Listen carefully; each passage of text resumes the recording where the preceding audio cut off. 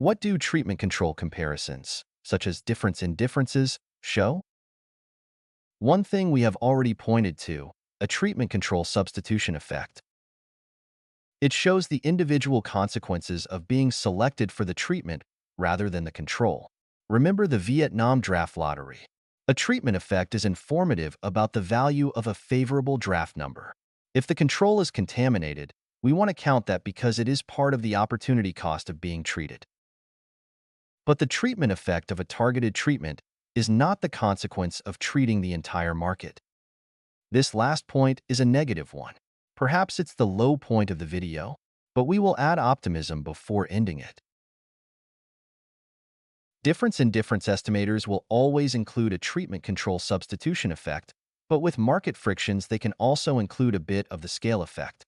Understanding those frictions allows inferring the part that is scale.